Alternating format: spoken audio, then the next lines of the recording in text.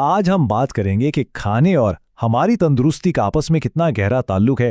خاص طور پر یہ سمجھنے کی کوشش کریں گے کہ خواتین کی صحت کے لیے کون سی غذائی ضروریات سب سے اہم ہیں۔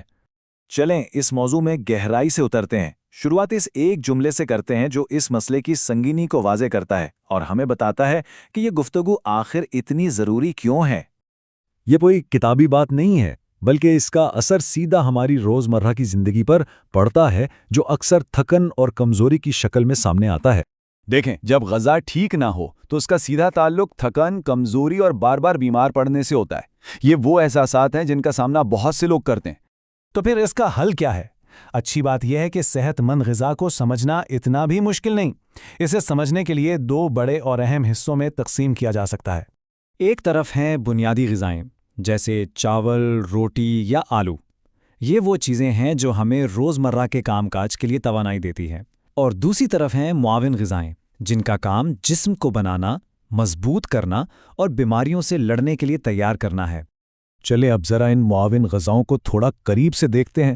آخر یہ ہیں کیا، اور ان میں ایسی کیا خاص بات ہے جو انہیں ہماری صحت کے لیے اتنا ضروری بناتی ہے؟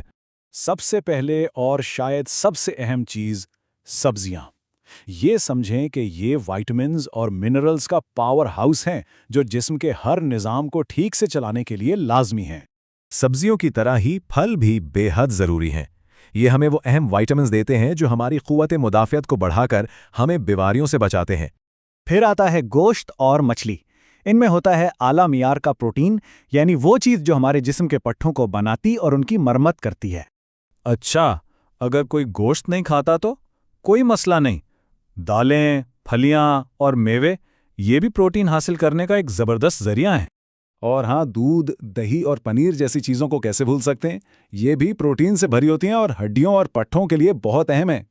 اور آخر میں ایک بہت ہی اہم نکتہ، پانی۔ دیکھیں، یہ بھلے ہی کھانا نہ ہو، لیکن صاف پانی کے بغیر اچھی صحت کا تصور بھی نہیں کیا جا سکتا۔ اچھا، تو ہم نے معاون غذاؤں کی بات کی، لیکن ان میں سے ایک چیز ایسی ہے جس پر خاص طور پر خواتین کی صحت کے لیے بہت زور دیا جاتا ہے، اور وہ ہے آئرن۔ تو سوال یہ پیدا ہوتا ہے کہ آخر آئرن میں ایسی کیا خاص بات ہے؟ اس پر اتنا زور کیوں دیا جا رہا ہے؟ اس کی وجہ بہت سیدھی سی ہے۔ آئرن ہمارے خون کو صحت مند رکھنے کے لیے بے حد ضروری ہے، اور خاص طور پر خواتین کو زندگی کے کچھ مرحلوں میں جیسے ماہواری اور حمل کے دوران اس کی ضرورت بہت زیادہ بڑھ جاتی ہے۔ اب سوال یہ ہے کہ آئرن ملے گا کہاں سے؟ تو یہ دیکھیں، یہاں بہت اچھی طرح سے بتایا گیا ہے۔ ایک طرف بہترین ذرائع ہیں جیسے کلیجی، گوشت اور دالیں، اور دوسری طرف کچھ دیگر اچھے ذرائع بھی ہیں جیسے ہری سبزیاں اور خشک میوے، جنہیں خوراک میں شامل کیا جا سکتا ہے۔ تو ان ساری باتوں کا نچوڑ کیا ہے؟ نچوڑ یہ ہے کہ اچھی صحت کا اختیار ہمارے اپنے ہاتھ میں ہے، اور اس کی طرف پہلا قدم اٹھانا بہت آسان ہے۔ تو کرنا کیا ہے؟ بہت آسان ہے۔